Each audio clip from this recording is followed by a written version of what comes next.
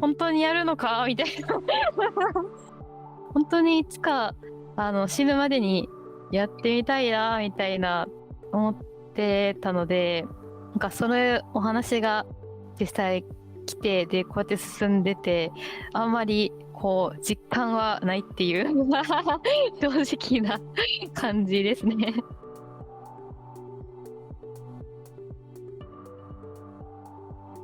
意味としては羽化っていう意味で大きくは置いてて、そのタイトルにした理由は、自分の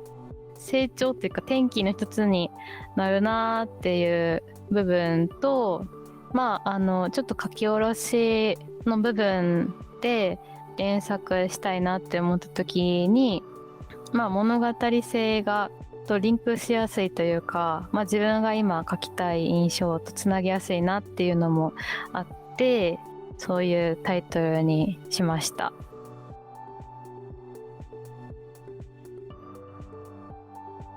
これはシーン的には一応いろんななんかうまくいかないことはあるし、ほとんどはこう解決できないけど、でも生きていくしかないよなみたいな、こうちょっと諦めもあるけど、それでも一応前は向いているみたいな印象にしたかったので、その前を向いているっていうところは先に決めて構図を考えてました。なんで本当は正面のお顔が描きたかったなとか思ったりとかしたんですけど、当時はでもその時に表現として一番適切というか、自分がやりたかったことは横からの視点かなって思ったので、ラフを切っていく中で選んだのはこの横向けのそうですね構図になってます。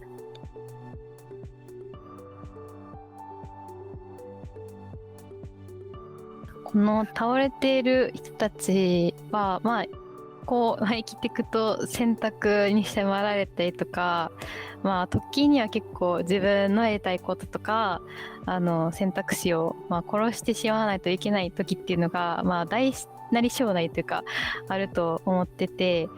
でそういうことをちょっと考えるというか、そういうタイミングがあったことも私が、この何ですかね、絵を描く前ぐらいにあったっていうのもあって、その表現としてちょっと自分にしかわからない要素ではあるんですけど、ちょっと入れたいなと思って、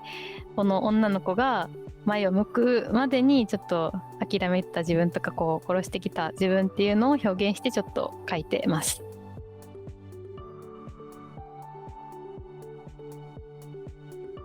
そうですね、そんな感じで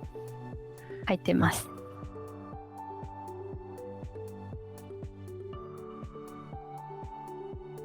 鎖は結構なんかやっぱりしがらみだったりとか、自分にとっての問題みたいなイメージが私の中であったので、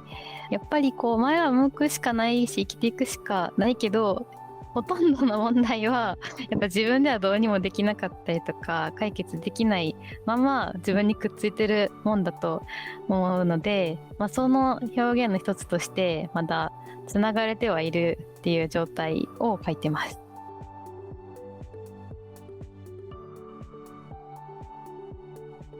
そうですね、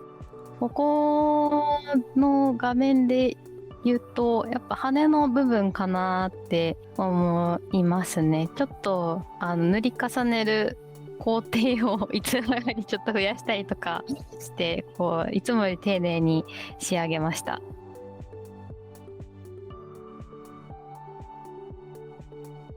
これはちょっとサイド低めの黄色ぐらいで、粗いブラシでこう描いて、で削りながら形を削りながら作っていって、どんどんこう焼き込み系のレイヤーとか発酵とかをちょっとずつ使いながら作っていったと思います。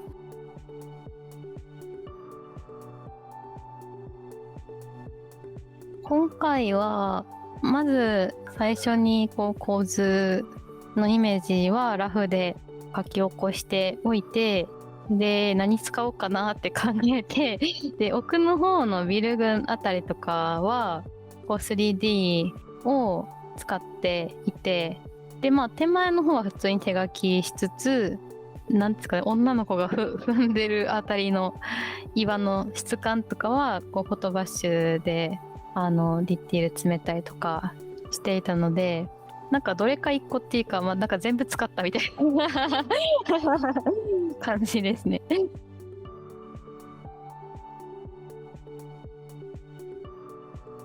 構図の印象はほとんど変わってないと思うんですけど、なんか色数はラフよりは結構増えたなっていう感じはありますね。なんか自分でも気づかなかったんですけど、後で見返すと、なんか最初はほとんどなんか本当にグレーなトーンだったなって後から思いました。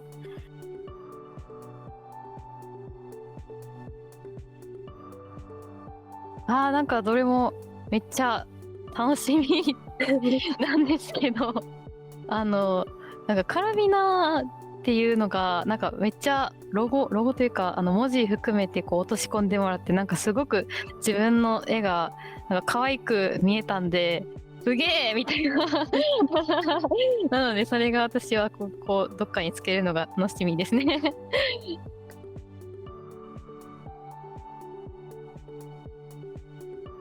ないですね、本当に。自分だとそのグッズ作るって考えたことなかったなみたいなものとかもたくさんあって、でもデザインとして落とし込んでいただいたらすごくなんか魅力的に仕上がっててびっくりしたりとかしました。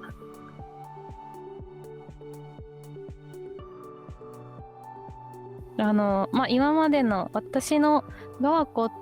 としての活動がほぼ入ってるみたいな感じになっていて、本当にいい感じになってるといます。綺麗にしていただいて、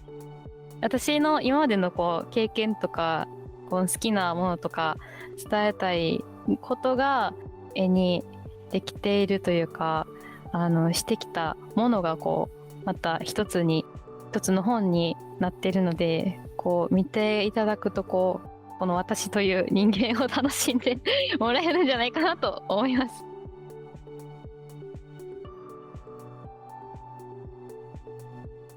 え、何もしてないですしようと思います、なんか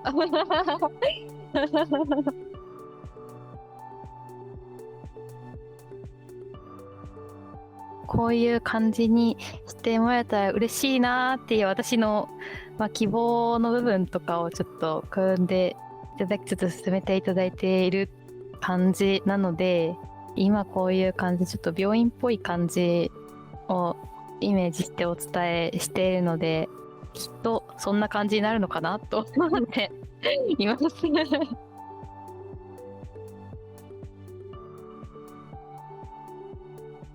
普段はこうパソコンとかスマホで電子で皆さんに絵を見てもらってると思うんですけど、本当に個展はやっぱ空間として楽しめるもので、こう物っていうか存在感っていうんですかねを楽しんでいただける部分だと思うので、また同じ見たことある絵でももっと寄ってみたりとか、いろんな距離感で見ていただけたら嬉しいなと思います。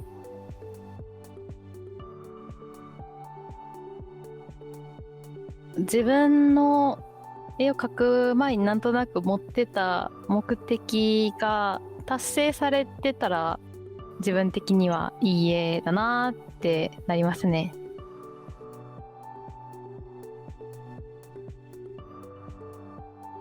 そうですね。なんか例えばこの絵は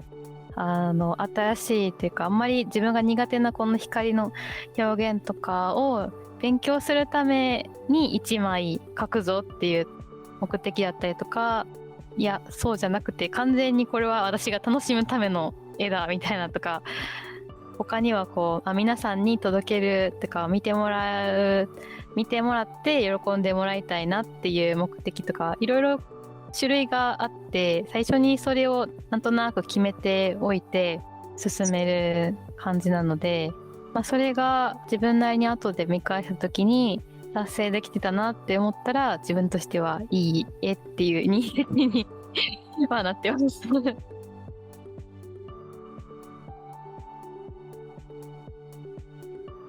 お仕事ではなんか結構意識して頑張ってるところはあるんですけど、趣味のイラストとかだとですね、これの目的は割とこう自分の、好きな表現と、誰か、そうですね、私のこと普段見てくれてる人が、好きな表現、予想ではあるんですけどをなんかうまく融合させた具合のものを描きたいなって思って、それで描いていったものなんですけど、この絵は私も結果的に結構気に入るような感じにできましたし、なんかこの絵は結構なんか好きって言ってくれる人も多かったので、そういうところも含めて自分がやりたかったことは達成できたかなって思ってます。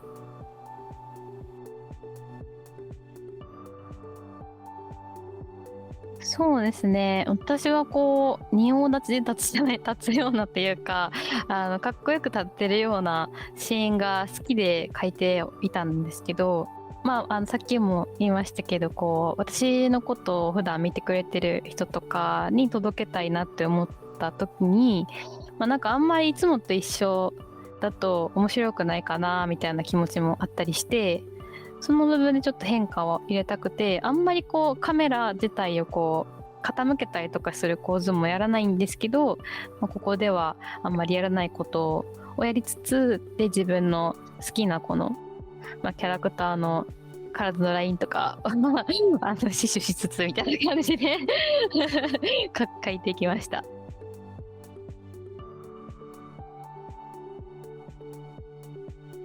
そうですね。なんかお仕事とはまたちょっと変わるかもしれないんですけど、やっぱりこのなんかいろんな人普段見てくれる人にイベントとかで会う機会が増えたのが一つの転機になったのもあったので、日本だけじゃなくて別の海外とかでも実際に、個展なりなんなりこう触れ合えるようなイベントに参加したりなど、こう海外でも触れ合えるような活動ができたらいいなって、こうすごく長い目で思ってます。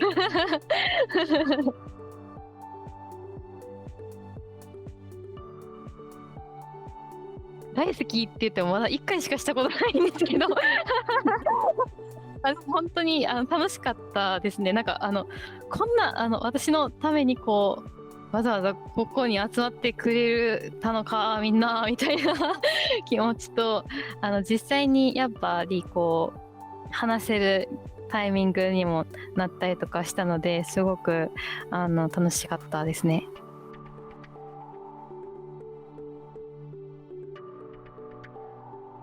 そうですね。やっぱりこのお互いの空気感とかも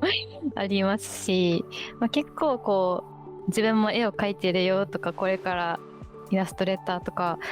なってみたいんですっていう若い方もサイン会には来てくださってて、本当にその部分ってやっぱり会ってみないとわざわざ話さなかったりもするので、そういう部分でですね、私も元気出たりとかもしたので、やっぱりリアルイベントはいいなと思います。